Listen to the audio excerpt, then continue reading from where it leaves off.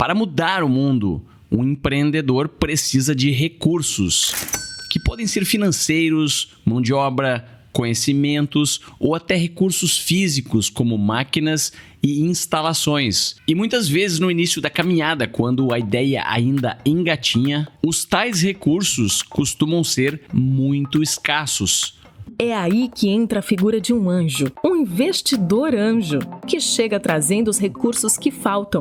Mas não se iluda, esse anjo tem interesses e quer também extrair valor da ajuda que vai oferecer. E não tem nada de errado nisso, porque ele vai assumir um grande risco e precisa ser recompensado por isso. Estatisticamente, 50% das empresas recém-abertas fecham depois de 3 anos. E para startups, apenas 1 em cada 4 sobrevivem no primeiro ano. Então, quer entender melhor como funciona o interessante mundo dos investimentos e novos negócios? Então fica ligado porque o Resumo Cast está apenas começando e trouxemos um dos maiores investidores anjos do Brasil, Cássio Spina. Os melhores livros de negócios investigados a fundo por quem entende de empreendedorismo. Fique ligado, pois está começando mais um episódio do Resumo Cast, com Gustavo Carriconde e Renata Libérica.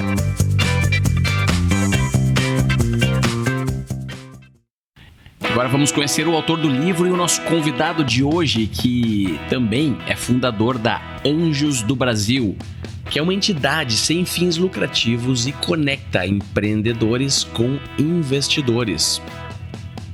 Bom, assim, a Anjos do Brasil, fundei ela em 2011 com o propósito de ajudar esse mercado, né? Na época, eu falei, tinha muito pouca coisa, as pessoas vinham atrás de mim, investidores querendo investir, não sabiam como fazer, empreendedores, né, vinham atrás de mim pedindo, poxa, quero investimento, mas sozinho, obviamente, não tinha como, né, com o grupo que eu tinha, era muito pequeno, não tinha como investir em todos os projetos que tinha, e acabei criando ela como uma organização sem fins lucrativos, para justamente ajudar esse mercado a se desenvolver.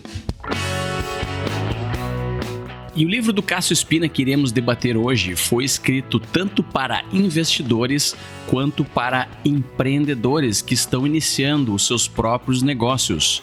A ideia do livro, ela surgiu começou até como um blog mesmo, porque muitos empreendedores e alguns investidores vinham atrás de mim pedindo, né, dicas, informações. Falei, não vou responder só para um, acho que a mesma dúvida que essa pessoa tem, várias outras têm. Até que um dia eu vi que eu precisava escrever um roteiro, né? Eu vi que as pessoas queriam um roteiro, passo a passo, de como ou investir ou como conseguir investimento. E aí comecei a escrever esse roteiro, só que isso ficou um negócio, né, assim, muito grande, né? Não dá para publicar no blog, é aí que surgiu o livro, entendeu? Quer dizer, muito pela demanda, né? Não foi algo que eu planejei, vou escrever um livro sobre esse tema, entendeu?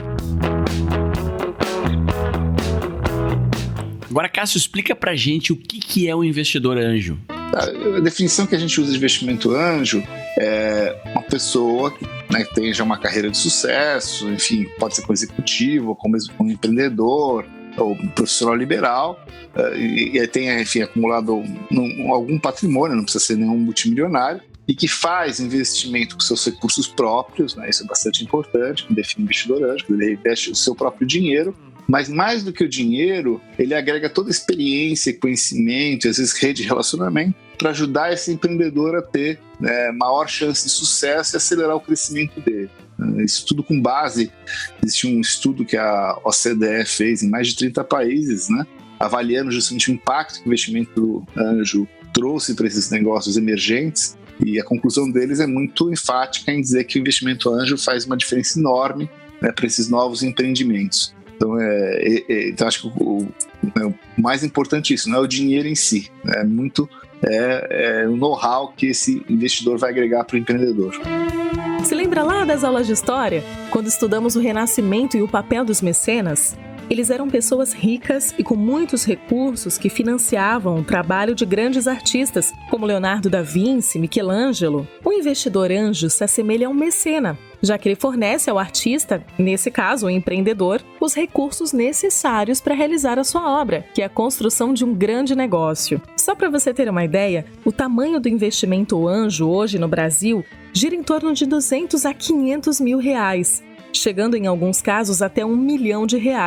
Pense em um investidor anjo como alguém que está colocando em risco no máximo 10% do seu patrimônio.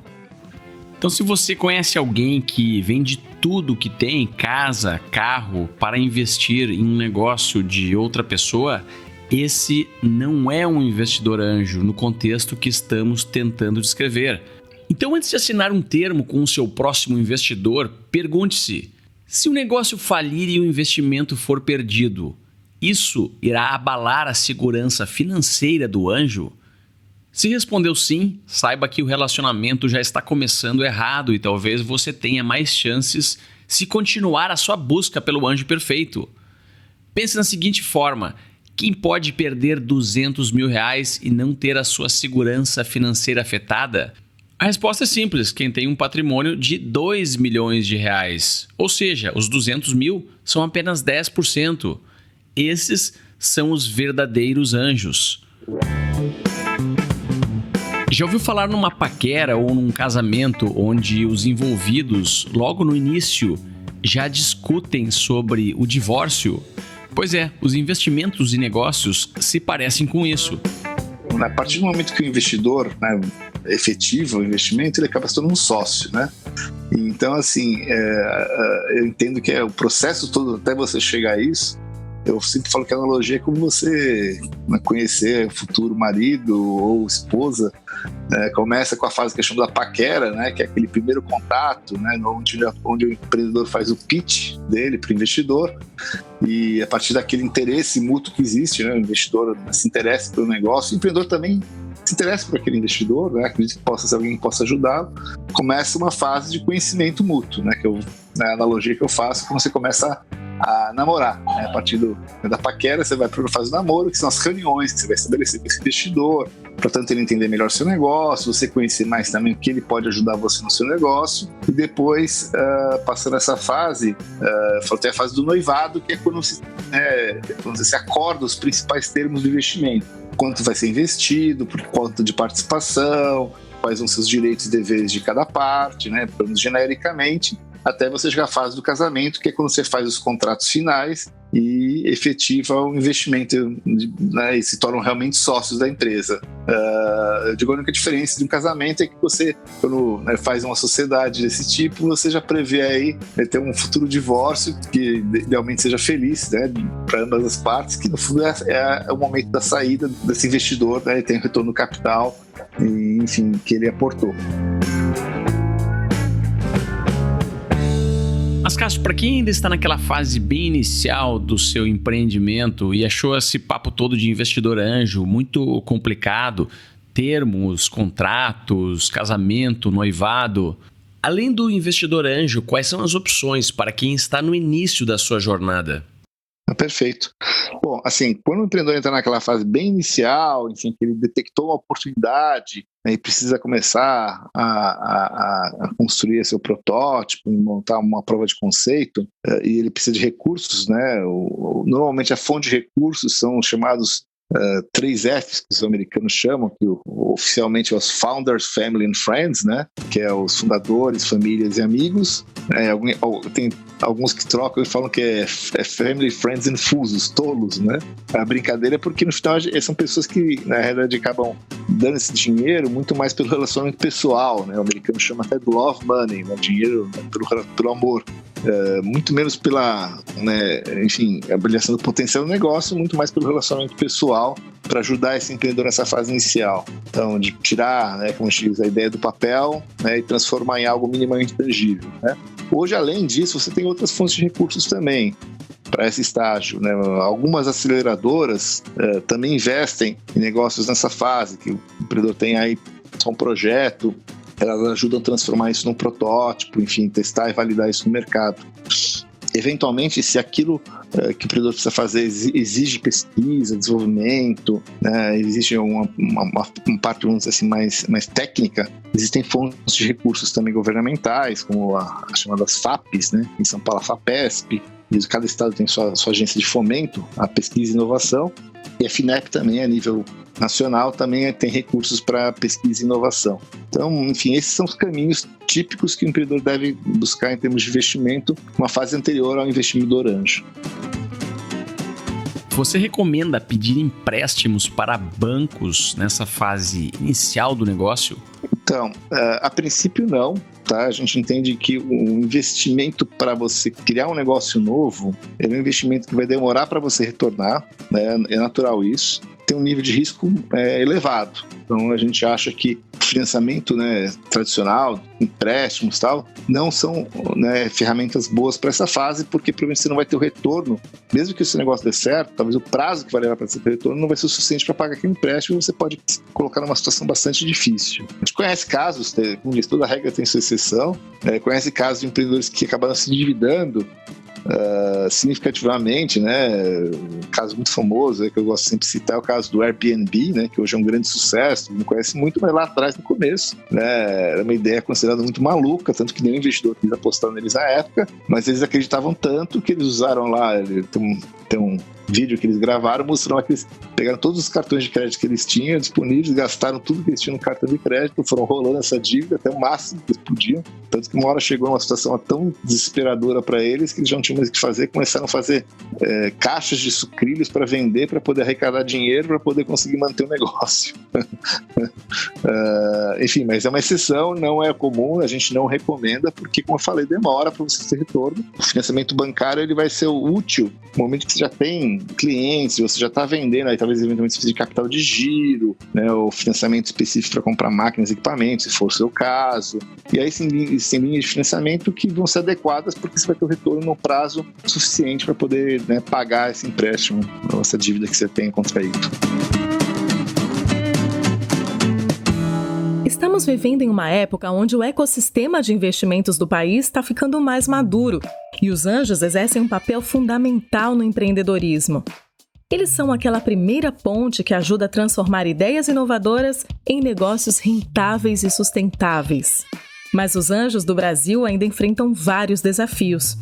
Durante a gravação desse episódio, em novembro de 2018, as taxas de juros são muito elevadas. E o que isso quer dizer? Quer dizer que investimentos muito seguros, como até mesmo a poupança, pagam um bom retorno. Que maravilha, né? Que país fantástico no quesito investimento, o Brasil! Calma, não é bem assim. Esse alto retorno pago pelos bancos e parcialmente financiado pelo dinheiro dos impostos que você paga deixa o investidor anjo na sua zona de conforto. Isso mesmo, ele acaba optando por deixar seu dinheiro seguro e com alto rendimento do que arriscar perder tudo por um retorno um pouco maior. Essa realidade é oposta em países como os Estados Unidos, por exemplo, onde a poupança não paga quase nada de retorno. E qual é o impacto disso? O investidor fica irritado por ver o seu capital sem rendimento e vai se educar. Isso mesmo, ele sai da sua zona de conforto e vai aprender sobre tecnologia, inovação, investimentos em novos negócios. Então, ele se sente confiante e acaba investindo em startups nesses países. Para quem ainda defende aquele estado paternalista onde tudo é dado à população, aparentemente sem ônus nenhum para a sociedade, saiba que isso é uma ilusão.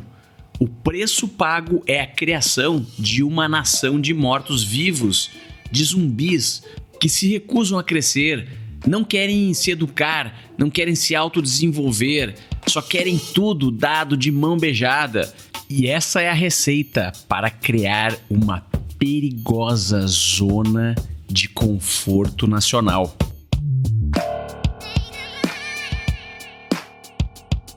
Acho que o Brasil evoluiu muito nos últimos, dos últimos 9 anos, que é desde quando eu comecei a fazer esse investimento em startups. Eu lembro muito bem logo que eu comecei a pensar em fazer isso, eu conhecia muito dos Estados Unidos, tinha alguns conhecidos que faziam lá esses investimentos. Botei no Google aqui para pesquisar, né, investimento anjo, não apareceu nada aqui no Brasil. Até já existiam alguns grupos, depois até acabei conhecendo alguns aqui que já tinham começado a fazer alguma coisa nessa área, mas era muito incipiente, né?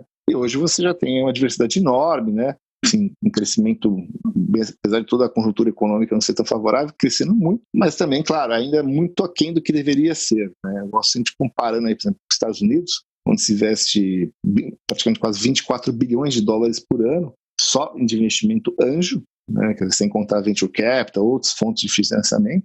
Brasil ainda, né, não chega a 1% do que é lá.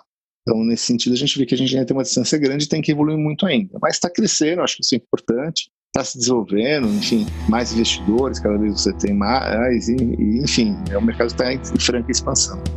Agora pense naquele empreendedor com aquela ideia brilhante de negócio. Ele tem certeza que vai dar certo, já fez várias pesquisas, já pensou num plano de negócios, falta apenas executar, mas ele está com medo que alguém possa roubar a sua ideia.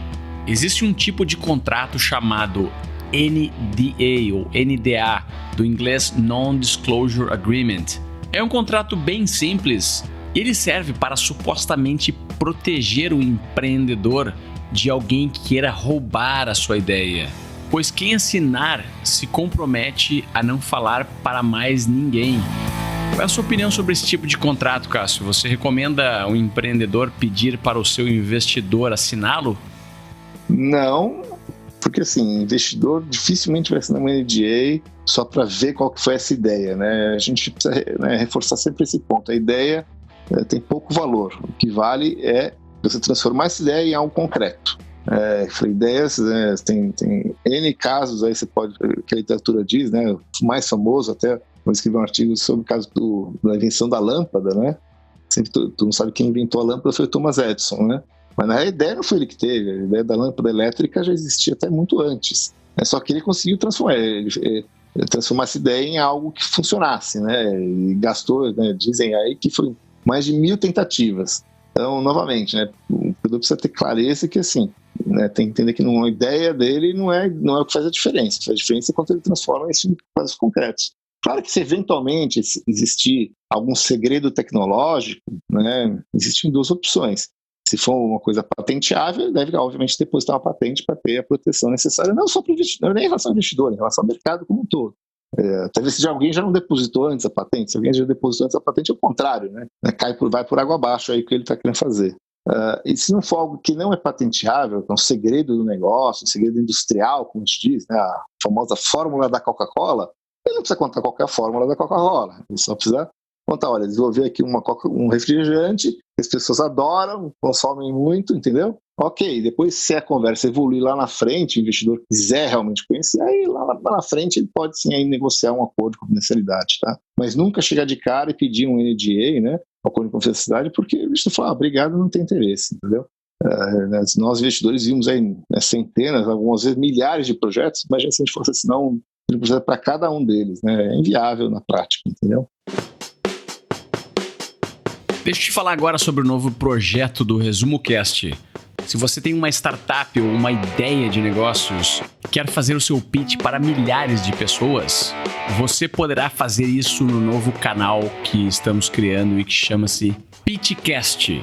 Um pitch, para quem não sabe, é uma pequena apresentação de um problema e a solução que você está propondo para resolver esse problema. Você deve então ser capaz de falar o seu pitch em 1 ou 2 minutos e ele serve para despertar o interesse em possíveis investidores, sócios, parceiros comerciais, freelancers e pessoas que podem vir a trabalhar com você no futuro e até mesmo clientes. Então, se você quiser uma oportunidade de participar do Pitchcast, visite resumocast.com.br/Pitchcast. Esse link vai estar no texto de descrição desse episódio. E nós estamos aceitando desde ideias de negócios que ainda não existem, até startups e empresas que já estão no mercado e buscam por investimento. Resumo Cast, livros para empreendedores. Corra atrás do Smart Money e fuja do Dumb Money. Em inglês, smart quer dizer inteligente e dumb, burro. Mas como um dinheiro pode ter inteligência? Afinal de contas, o que todo empreendedor quer é assinar aquele lindo contrato, passar os seus dados bancários e no dia seguinte tirar um extrato e se deliciar com aquele monte de zeros na sua conta. Não é verdade?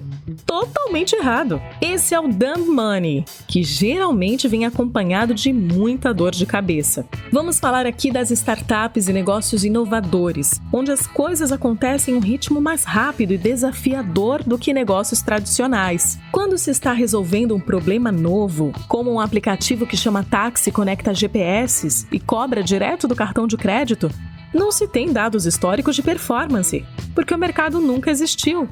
Por isso, não é possível fazer projeções futuras, já que não se tem uma base do que aconteceu no passado. E isso incomoda muito investidores tradicionais. Na verdade, quem está acostumado a investir em negócios como restaurantes, supermercados e lojas, não consegue entender a incerteza do mundo das startups. A descoberta de um mercado novo requer testes, experimentações, erros e incertezas, e isso desagrada quem quer segurança. Um investidor tradicional em uma startup é considerado um dumb money, porque ele só vai se sentir seguro se detiver 51% ou mais do negócio. Já o investidor anjo, que traz o smart money, sabe que um processo de validação de uma nova ideia requer uma ótima capacidade de execução por parte do empreendedor. Então, o investidor entende que ele tem que ser o sócio minoritário no negócio, deixando o empreendedor com mais motivação para executar. O smart money prefere ser minoritário em algo muito grande do que ser majoritário em algo muito pequeno. Já imaginou você lá na sua startup tendo que parar tudo o que você está fazendo para escrever relatórios semanais e preencher planilhas financeiras só porque isso está no contrato de investimento? Pois é, isso prejudica a execução. O Smart Money entende isso, mas o Dumb Money só se sente seguro microgerenciando o investimento. O investidor anjo experiente é metódico e muito bom em identificar uma oportunidade promissora.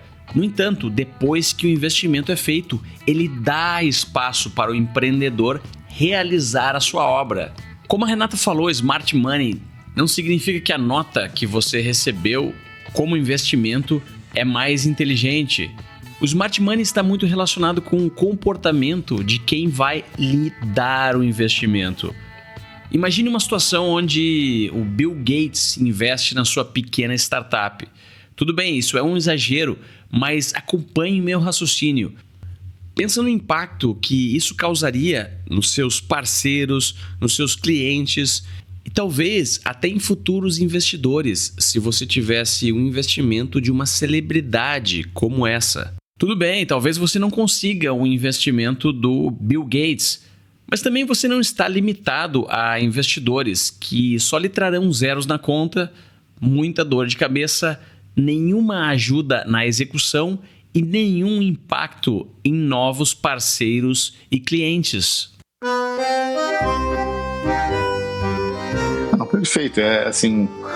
O termo anjo justamente vem do conceito de anjo da guarda, né? Que é aquele protetor. E na prática, né, falando do investidor em si, ele na realidade vai buscar ajudar, né, esse empreendedor usando muito da experiência dele de vida. Ele pode ser muitas vezes um empreendedor mesmo, um empresário, ou um executivo, ou um profissional liberal, enfim, todos que já tiveram uma carreira e uma experiência, né? E a ideia é que ele traga todo esse know-how que ele adquiriu durante os anos todos de vida profissional dele para ajudar a orientar esse empreendedor. Ele vai ser uma espécie de um conselheiro, né, um mentor desse empreendedor, né, ajudando ele nos desafios que esse empreendedor vai ter no desenvolvimento do negócio.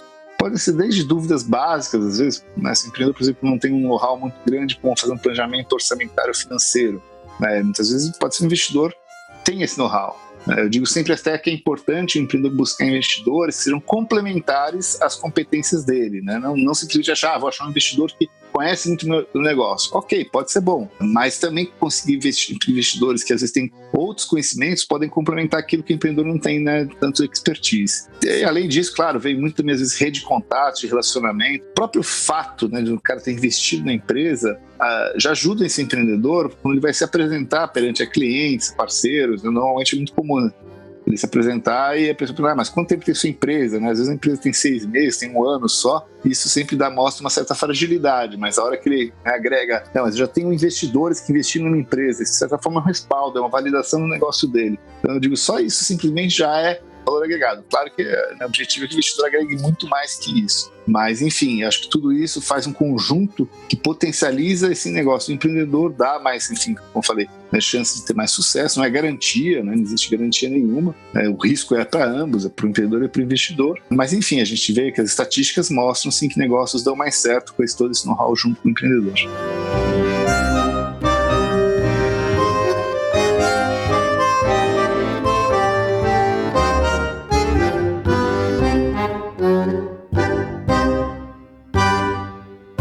Então, Caio, depois de tudo que a gente falou aqui, das vantagens de um investidor anjo entrar no seu negócio, da possibilidade que você tem de crescer o negócio com smart money, dá uma dica para quem está nos escutando sobre como reconhecer o momento ideal de receber um investimento anjo. O melhor momento do empreendedor buscar um investidor anjo é quando ele tenha pelo menos aí uma prova de conceito, um protótipo, enfim, eventualmente até alguns clientes iniciais da solução que ele tenha desenvolvido. Né? Um investidor anjo dificilmente vai investir só numa ideia ou só num projeto, porque ele quer ver tanto aquilo que o empreendedor idealizou, de uma forma um pouco mais tangível, quanto também avaliar a capacidade de execução que esse empreendedor tem. Eu gosto de dizer sempre assim, que a gente gosta de investir em empreendedores que fazem muito com pouco. Então, se ele conseguiu construir um protótipo, uma prova de conceito, mostra que ele consegue executar com poucos recursos, né, alguma coisa. Isso mostra o potencial dele depois, porque a gente sempre diz o seguinte, a ideia não é o mais importante, o mais interessa é a capacidade de execução. É isso que faz a diferença, então a gente quer ver isso. Fala um pouco sobre os materiais que o empreendedor precisa preparar para apresentar a sua ideia aos investidores. Bom, acho que assim, a primeira coisa ele tem que ter, além de ter o protótipo, a prova de conceito dele desenvolvido, fazer um planejamento mínimo, bem básico, não precisa ser nada muito elaborado, mas que minimamente demonstre para que ele vai usar o dinheiro que ele está buscando, e quais são os resultados que ele espera obter nos próximos 12 a 18 meses com aquele recurso que ele obteve. Idealmente a gente diz que o capital que ele obtém deveria durar esse prazo de uns 18 meses, que é o suficiente para ele poder levar o negócio para um outro patamar e buscar eventualmente, se for necessário, um novo investimento, talvez até com um fundo de investimento. Então esse começa por aí. Claro, ele vai precisar preparar também uma apresentação, demonstrando todo o negócio, explicando, mostrando qual é a inovação, qual é o mercado que ele busca obter, quais são as vantagens competitivas, o modelo de negócio, tudo mais. E no fim de tudo isso, resumir isso num pitch, que é uma apresentação muito sumária, pode ser feito tanto verbalmente ou através de uma apresentação mesmo, de um material, um sumário executivo. Então é bom ele ter essa combinação, tanto ele está preparado para fazer pessoalmente esse pitch, essa apresentação, então ele tem uma apresentação, um sumário bem curtinho, que ele possa eventualmente, também se necessário, encaminhar para investidores que estejam interessados. Tá? O pitch varia, pode ser um pitch de 2, 3 minutos, 5 até 10 minutos, nunca passa muito disso. Então ele também tem que estar preparado para ter essa flexibilidade de acordo com a disponibilidade de tempo que ele vai ter naquele momento da apresentação. Eu gosto sempre de citar, o termo pitch vem do chamado elevator pitch, que é o pitch do elevador, que conceitualmente é assim, como se você encontrasse alguém dentro de um elevador e tivesse o tempo que o elevador tem para subir ou descer para se apresentar. E comigo aconteceu um caso real de uma startup que eu conheci na saída de um evento, realmente literalmente dentro do elevador. Esse empreendedor viu que tinha um crachá de investidor e precisou fazer a apresentação dele. E conseguiu conquistar a atenção fazendo uma coisa muito simples, mostrando o que ele tinha feito lá, era um aplicativo. Ele mostrou para mim o que ele fez, mostrou a capacidade de execução dele, me falou que já tinha clientes, inclusive, pagando para usar esse aplicativo, mostrou que existia demanda de mercado. Isso, obviamente, chamou minha atenção e, a partir daí, claro que a conversa se estendeu depois do elevador. Então, para mostrar que é sim possível você, às vezes, em 1, 2, 3 minutos, às vezes até atrai a atenção, que é o objetivo do pitch é esse. O pitch não é para você explicar detalhadamente seu negócio. Cássio, depois de ter visto centenas, talvez milhares de pitches, quais são os maiores erros que os empreendedores cometem quando estão apresentando as suas ideias para os investidores? Sim, tem coisas que são clássicas que a gente diz, de erros. Primeiro, o empreendedor falar que o negócio dele tem risco baixo. O empreendedor vem tentando para tentar, assim, de alguma forma minimizar, mas a gente diz o seguinte, né? O empreendedor que fala isso tem algumas possibilidades. Ou ele está subestimando o desafio que é construir um negócio novo. Obviamente é um empreendedor que a gente já vê que já não está preparado para o desafio que é empreender. Ou ele está fazendo algo que é tão óbvio, né, que provavelmente não vai ter vantagem competitiva nenhuma em relação a ninguém. Então também não é um negócio que seja interessante. Então esse é um erro clássico que a gente vê recorrentemente, né? Outro erro também que é muito comum que a gente ouve, às vezes a empresa falar, né, que com 1% de market share minha empresa vai ser bilionária, né? E também esse é um erro muito recorrente. E eu sempre respondo o seguinte, ok, então se você tem 1% de market share, por quem tem os 99%? Porque quem tiver os 99% é quem eu vou querer investir, né? Muito bom. Porque quem tem 1% não é irrelevante esse mercado. Então, enfim, esses são alguns tipos de exemplos de erros, né? Tem vários, tem uma coleção que como a gente sempre diz. Eu acho que o empreendedor é importante ele realmente ver outros pitches, inclusive ler bastante, né? Além do meu livro Investidor Anjo, eu tenho um outro livro que eu acabei escrevendo chamado Dicas e Segredos para Empreendedores, e eu dediquei um capítulo inteiro só sobre falar pitches, e uma boa parte dele é justamente sobre os erros que os empreendedores cometem, né? Então é importante que o empreendedor realmente se instrua bastante para não cometer esses erros e acabar sendo descartado, porque às vezes não é nem porque, né? Não é, como a gente diz, né? Má intenção, é desconhecimento puro.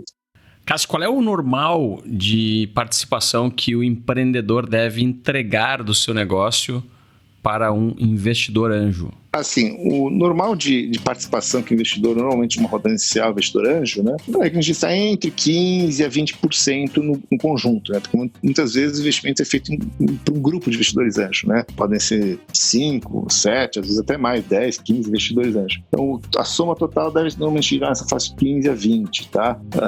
Pode existir casos com um pouco mais, tá? Depende muito se esse negócio vai precisar de rodadas subsequentes, né? Porque cada rodada que existe de investimento, você vai sendo diluído. Né? O que a gente não quer é que esse empreendedor seja diluído extremamente, né? Quer dizer, a gente diz assim, o investidor chegue lá no final, o empreendedor chegue lá no final e tem uma participação muito pequena, porque aí ele perde interesse para o próprio negócio. Então a gente quer que sempre o empreendedor tenha uma participação relevante nesse negócio. Então isso que precisa ser analisado, né? Como eu falei, também não tem regra de ouro, não dá, tem que ser tanto. Isso é um número médio que pode ter um pouco a mais, né? Às vezes um caso excepcional um pouco a menos, também não pode ser muito pouco para o investidor, porque também se ele não tiver perspectiva de ter retorno sobre o investimento, né? Ele não vai ter interesse para investir nesse negócio. E outro problema também é assim, se você supervaloriza esse negócio no começo, quando você for captar uma rodada seguinte, pode ser que o investidor seguinte não aceite pagar pelo valuation que você conseguiu na rodada anterior. E aí dá um problema enorme para você, né? Uma vez aconteceu isso, a empreendedora veio uma vez se gabando, dizendo que tinha captado R$1 milhão por 10% da empresa e ainda não tinha nem protótipo ainda, né?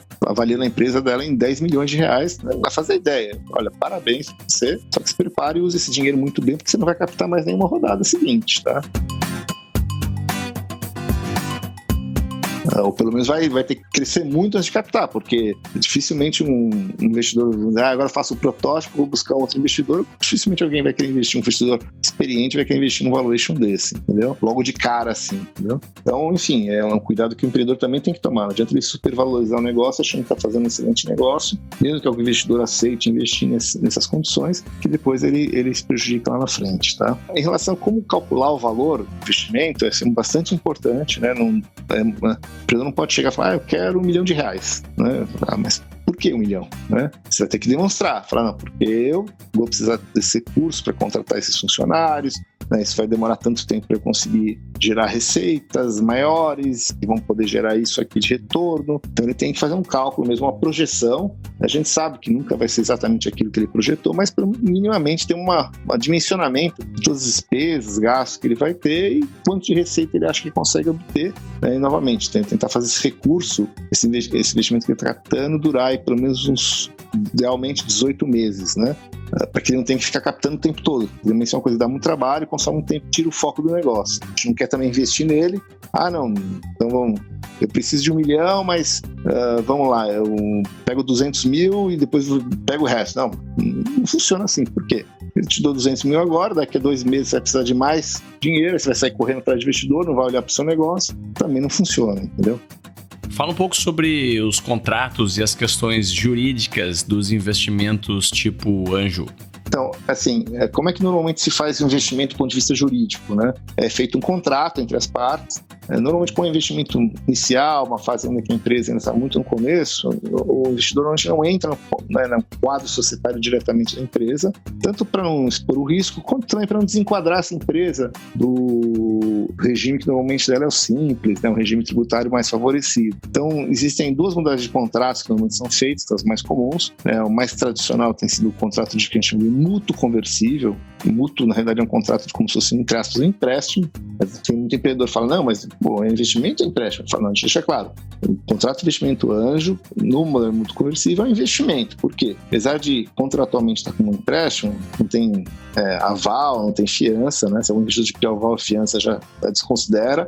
A única garantia que existe lá são as cotas da própria empresa, né? Quer dizer, a participação que esse investidor está negociado com você. E a ideia é que no final, se deu tudo certo, você transforma a sua empresa numa SA, até porque se você revende um fundo, né, uma estrutura jurídica melhor, e aí converta-se isso justamente em participação. Se não deu certo, né, é um contrato de empréstimo, né, mas não tem nenhuma garantia além das próprias cotas da empresa, então, né, não tem eventualmente nem como ser cobrado efetivamente, tá certo? Mas existe uma modalidade mais nova de contrato agora, que resolve essas questões todas, chamado contrato de participação, né, que foi instituído a partir da Lei Complementar 155 de 2016, e que ele é um contrato, como ele já diz, né, que define a participação desse investidor anjo na empresa, nem sem figurar no contrato social, então não é um contrato de mútuo, então dá mais tranquilidade para o empreendedor, não desenquadra também esse empreendedor do simples, ele se mantém no simples, e para o investidor dá uma série de direitos também bons para ele, como o direito de tag along, que é de venda conjunta com o empreendedor, enfim. Então, é uma estrutura jurídica mais nova e que está começando a ser mais utilizada por essas vantagens que ele tem. Então, esses são normalmente os contratos. É importante, além dos contratos formais, que se combinem muito bem como é que vai ser esse relacionamento do dia a dia entre empreendedor e investidor. O que significa isso? Combinar de quanto tempo vai ter esse contato, né? Obviamente não faz sentido ter contato diário, né? Às vezes nem semanal, pode até existir, se for interesse dos ambos. Como é que tipo de relatórios que vão ser gerados? Não adianta também o investidor demandar relatório de 10 páginas, sabe? Não, tem que ser uma coisa que seja bem simples, bem objetiva, mas que também é importante que o empreendedor dê informação para o investidor, porque se não der informação, o investidor não tem como ajudá-lo, né? Se não souber como é que o negócio está indo, né? Nunca omitir nada, nunca esconder nada, a transparência é fundamental, né? Então, acho que enfim, tem que ter os contratos jurídicos e também tem que ter esse acordo aí de relacionamento para que se tenha uma relação bem produtiva para ambos. Pode falar de alguns cases famosos aí de investimento anjo no Brasil? Sim, existem cases históricos, né? Uma empresa chamada Bematec, talvez alguns conheçam porque faz aquelas impressoras fiscais, né? Que eram dois colegas que foram num curso de mestrado, desenvolveram um projeto dessa impressora, mas não tinham os recursos financeiros e também não tinham experiência para construir um negócio. Procuraram um empresário da região deles, resolveu apostar e fez o investimento necessário para eles, né, transformar aquele projeto num produto, e a empresa foi uma empresa extremamente bem sucedida, que fez o ciclo completo, chegou a fazer o IPO dela na Bolsa de Valores, foi listada durante muitos anos e acabou sendo até adquirida, né, mais recentemente. Então, fez muito sucesso e que eles, né, deixam claro que aquele empresário foi muito importante, porque ele que construiu a base para eles, ele montou um conselho na época, e deu toda a experiência que ele tinha como empresário que eles não tinham. Então, acho que é um dos cases. Outros cases de muito sucesso, também bastante conhecido, é o case do Buscapé. Também 4 recém-formados, aí, enfim, jovens engenheiros que tinham construído um negócio de internet, acabaram chamando um consultor para ajudar eles a montarem um plano de negócio. Esse cara gostou deles e resolveu apostar, investiu neles. Então, foi muito importante porque é um cara muito experiente que ajudou muito eles no começo. Então, assim, estou citando casos que são públicos, mas existem inúmeros outros que, enfim, que foram muito relevantes. O papel desse investidor anjo, principalmente naquela fase inicial, para esses jovens empreendedores que não tinham tanta experiência em construir um negócio sozinhos. Para conhecer o site da Anjos do Brasil, o endereço é anjosdobrasil.net e o site do livro é investidoranjo.net. O Resumo Cast vai ficando por aqui. Eu me despeço aqui de Dubai, que é a cidade onde eu vivo e produzo esse programa que vocês escutaram, juntamente com a minha equipe que está no Brasil, a minha co-apresentadora Renata Libérica, André Macan, Otoniel Dias, Rafael Pires e Ana Paula Toppel. São estas as pessoas que fazem possível esse canal existir. O Resumo Cast está preparando novidades para você que nos acompanha. Dentro de pouco tempo você terá um aplicativo dedicado do Resumo Cast, onde você vai poder acompanhar os nossos programas com ainda maior qualidade. Aguardem então. Um grande abraço e até a semana que vem. Visite resumocast.com.br e assine gratuitamente o melhor podcast do Brasil.